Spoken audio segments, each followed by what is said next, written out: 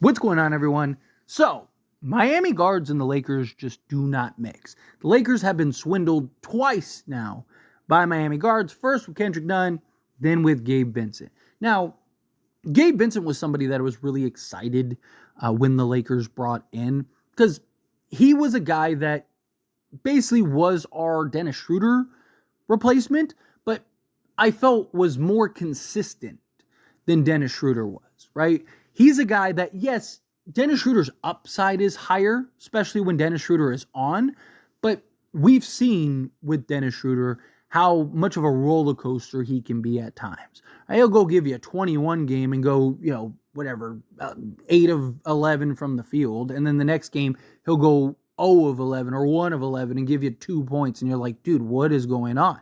Right? But one thing that Dennis Schroeder always was able to hang his hat on was the defensive side of things, and him just being a pest and just tenacious, where somebody like Gabe Vincent, he's a guy that, yes, he doesn't have like the foot speed and quickness that Dennis Schroeder is and that relentlessness, but he is still a very good defensive guy at the guard position. Also, he's more consistent and a better shooter and just off-ball player, which makes sense alongside D'Angelo Russell, D'Angelo Russell, Austin Reeves, LeBron James, right? Like, guys in the mold of Gabe Vincent usually do well alongside LeBron James, right? Think of like Mario Chalmers, Norris Cole, George Hill, Avery Bradley, right? Like, these guys usually tend to have success around LeBron because LeBron's usually the guy that has the ball in his hands. Gabe Vincent is the guy, he can make plays, not really a playmaker, right? He can find the occasional cutter, he can, run the basics, hit the open man, but he's closer to an initiator than he is, an actual true playmaker. But that's fine because you have LeBron James. So Gabe Vincent being able to initiate the offense and then immediately play off ball and be a threat without the basketball is very valuable, especially alongside Anthony Davis as well. So I really was excited when Gabe Vincent joined the team. Problem was that he couldn't stay healthy. But now that he's expected to be healthy, should the Lakers keep him, right? Now, again, it depends on what the trade is.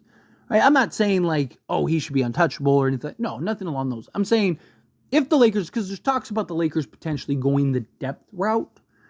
If they go the depth route, then I think keeping a guy like Gabe Vincent makes sense, right? Because you're just kind of making minor changes, right? You're trying to do and make minor moves. But if the Lakers are going to try to go get a star or something like that, or depending on who it is. So let's use Atlanta, for example, just as an example, because I think the two stars are good examples, right? Because one is making $43 million, one is making $25 million, right? So if you're trading for DeJounte Murray, then I don't hate the idea of keeping Gabe Vincent, right? Like, let's just for argument's sake, say D'Lo opts in, right? You could do D'Lo and, Jalen Hood-Schifino and whatever else, right? This year's pick or whatever, right? You could even draft the guy. Right? Like, it basically get to the money, right? So to me, like, there's ways to get there without having to sell the team essentially, right? But somebody like Trae Young, you'd have to trade, D'Lo and Rui and Gabe and Reeves. And, you have to start stacking a bunch of contracts to get there. Now, I think realistically, you'd only have to trade like D'Lo, Rui, and Gabe Vincent, but you'd have to do that. Or you probably shipping out D'Lo or Reeves. But I depending on what you do and how things shape up, I don't hate the idea of keeping Gabe Vincent and having him continue to be a guy that's off the bench or even just in a starting role, right? Like, let's say even DeJounte Murray, right? Like, let's say you do have to trade Austin Reeves and the Lakers do ultimately trade Austin Reeves and D'Lo walks, right? And you do, Rui and Reeves for DeJounte Murray and whatever. You just get something added in for salary, right? But let's say the prize is really DeJounte Murray, right? Like, I don't hate having like DeJounte Murray and like Gabe Vincent at the two, right? Like, that's not the worst thing, right? Like, because again, now you'd have 2 point of attack defensive guys as your defensive guys. Also, Gabe Vincent, he can shoot 3 ball, play off ball, like I said. it's not like the best case scenario, of course, right? Like, because in a perfect world, you get DeJounte Murray and then you go trade for like an Alex Cruz or something. But I'm saying, like, just worst case, let's say you unload guys and it's like, okay, well, we're keeping Gabe Vincent. I think you could run him as like your 2, or, on defense, put DeJounte at the 2 because he's 6'5" or whatever, and then Gabe at the point, whatever, right? Like, I think you could run those 2 alongside. Or you could have Gabe Vincent as that guard off the bench. Even if you were to go get like a Chris Paul or something, you could still run Gabe Vincent and have him be kind of the defensive guy off the bench that can play off ball, initiate the offense. Doesn't hurt to have another ball handler that is also good off ball. And that's what Gabe Vincent is capable of doing. So I don't hate the idea of keeping Gabe Vincent. Again, if he's the difference between you getting somebody or not, then you trade him and you get rid of him. But I see a lot of people that are like, you got to get rid of Trey, or you got to get rid of Gabe. You got to get rid of Gabe. Got to get rid of Gabe. Right? And people just basically want him off the roster, which, again, I understand. I get it. You're looking at it as like, this guy was supposed to be a big contributor, and the guy was hurt all season, right? Like, we didn't even get to see what he could or what he can be, right? I mean, you did get to see on the defense side of things. He was very good defensively, even when he came back. But again, it's like, you got such a small sample size. We were expecting, give me at least 65 games, at least the new league minimum, right? Something like that would have been fine. But unfortunately, we didn't get to see that from Gabe Vincent. So a lot of people are like, he's trash, get him off the team. Or a lot of people, are like, it's another, which, again, I get because of Kendrick Nunn. A lot of people are like, here we're in this position again with Kendrick Nunn. Get rid of him. We saw what happened with Kendrick Nunn. I do think Gabe Vincent in his situation is a little different.